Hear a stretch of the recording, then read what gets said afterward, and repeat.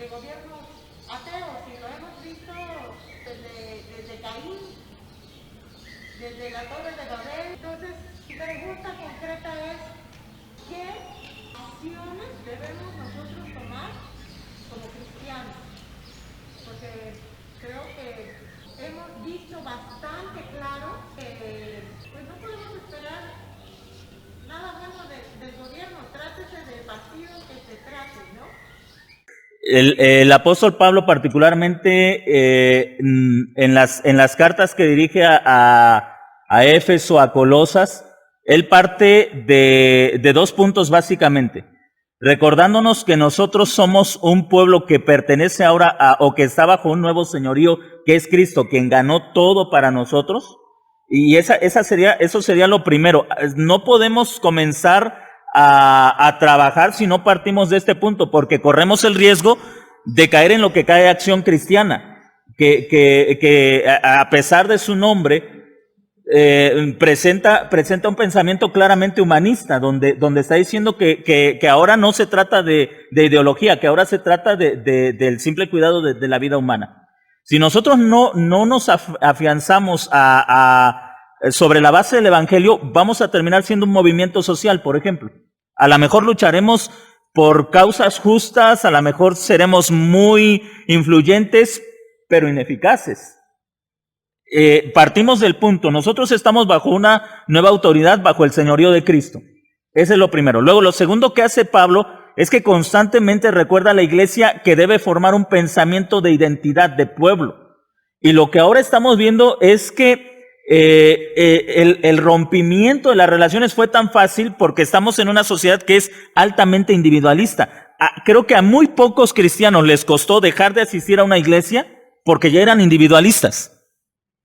Entonces, al gobierno casi no le costó separar a los grupos porque estamos en una sociedad que cultiva el individualismo, que aplaude el individualismo.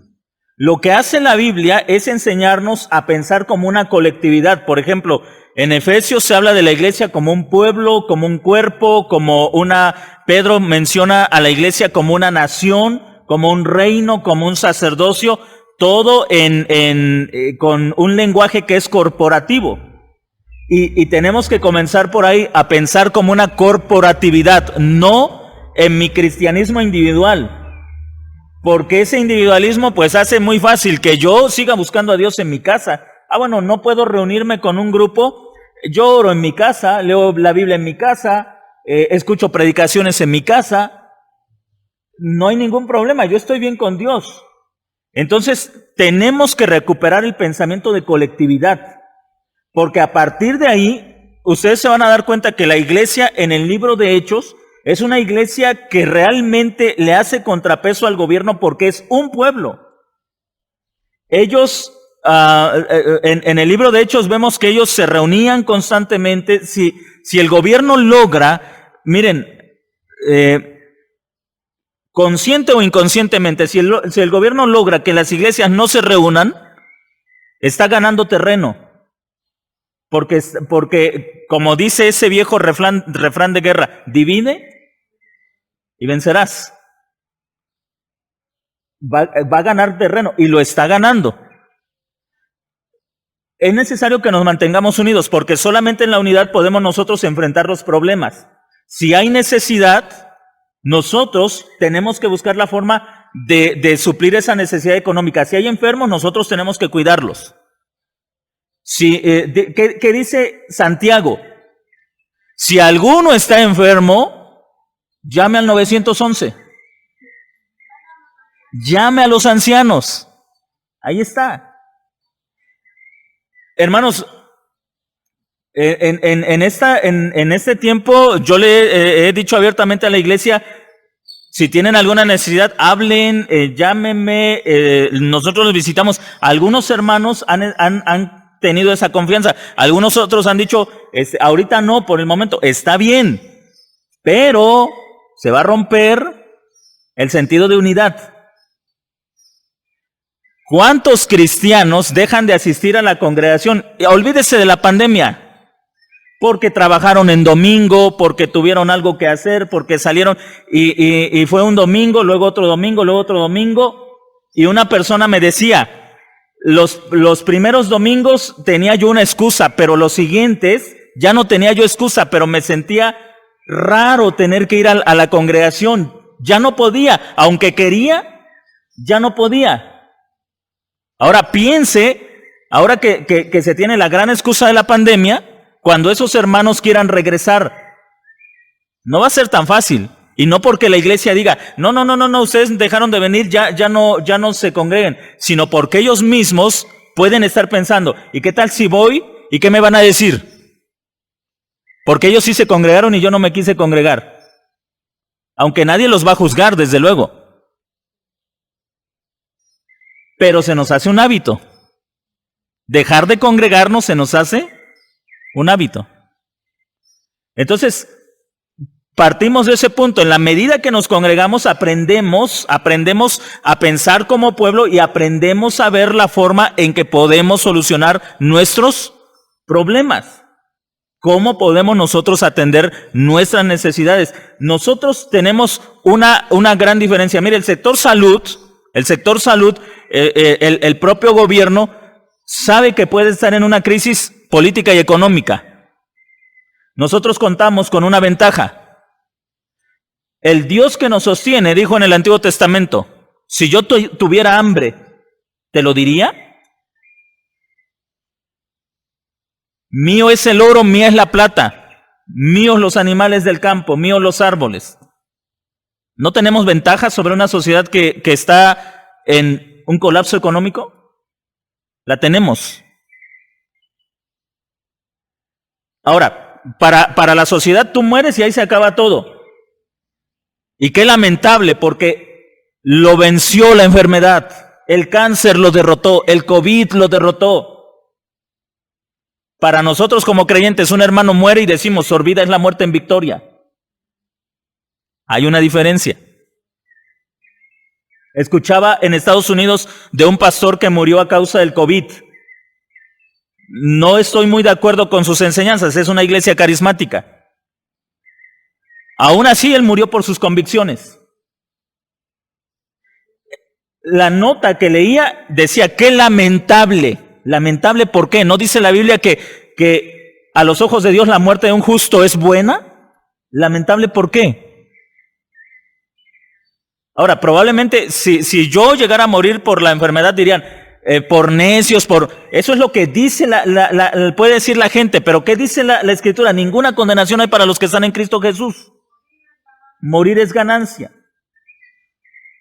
Si nos dejamos arrastrar por lo que dice la gente, entonces decimos, ay Dios mío, pues qué vergüenza nosotros diciendo esto y mira, se nos murió el pastor. Ahora, ¿qué va a decir la gente? Pues la gente que no conoce a Cristo va a seguir diciendo una y mil cosas.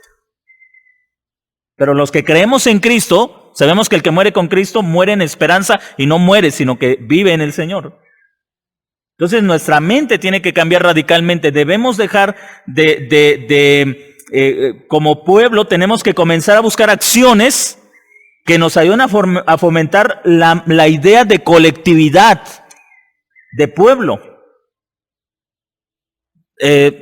No sé, generar empleos entre nosotros, hacer cosas que ayuden a que nos sintamos como un pueblo, que no solamente son las personas a las que veo el domingo y el jueves de vez en cuando, que es el pueblo al que pertenezco, al que le invierto dinero, con el que trabajo, con el que nos proponemos hacer tal vez algún negocio. Es decir, somos un pueblo, una colectividad unidas bajo un señorío, el señorío de Jesucristo. Esas acciones poco a poco tienen que ir mostrándole a la sociedad que mientras el gobierno está colapsando, el pueblo de Dios está prosperando. Pero no va a ser fácil porque tenemos que romper con nuestro individualismo. Tenemos que romper con el individualismo, con el pensamiento de yo solo puedo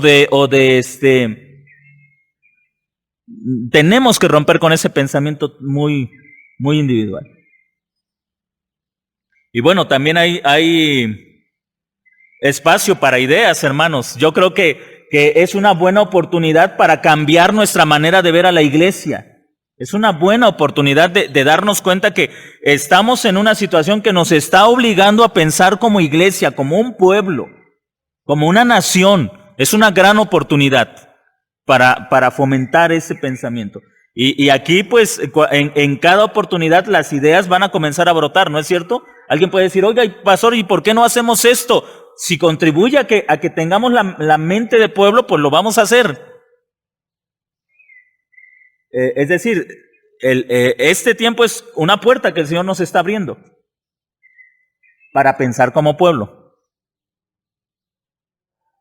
para hacer lo que Israel hizo en Egipto, quitar los recursos allá y usarlos acá. Ahora, Dios bendijo a la nación de Israel con los recursos de los egipcios.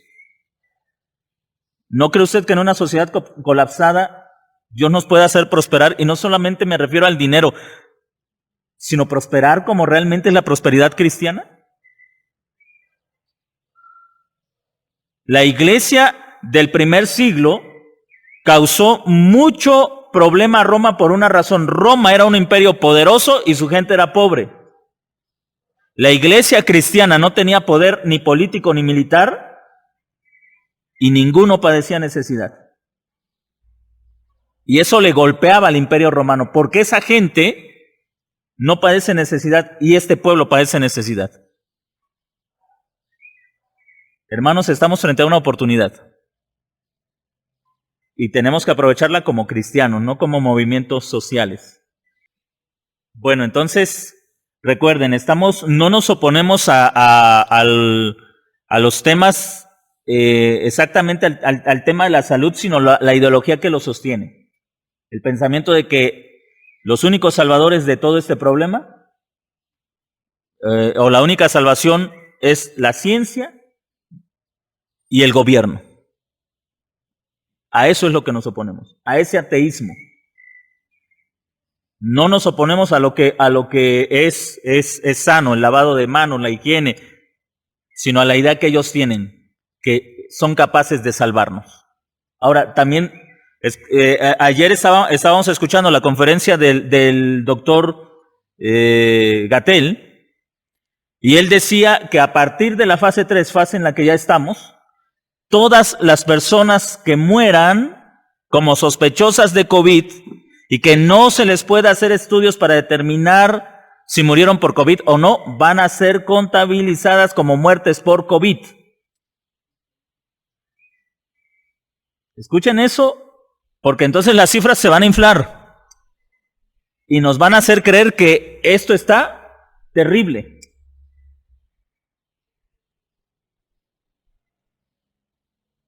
Porque parten de una ideología, porque piensan que la única verdad está en la ciencia.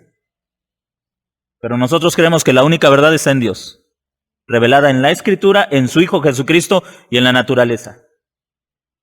Entonces, pues, sin duda alguna que vamos a empezar a escuchar que hay un montón de muertes por esta enfermedad. Lástima que los mismos periodistas oyen sin oír. Y la misma gente oye y a veces no reflexiona. Pero nosotros tenemos que tomarlo en cuenta. Todos los que mueran van a ser contabilizados por COVID. Todos los sospechosos, los casos sospechosos van a ser contabilizados por COVID. Porque eso es parte de la fase 3. Pues ahí tenemos, si son incapaces de ser completamente objetivos, pues, ¿cómo podemos poner toda nuestra esperanza en ellos?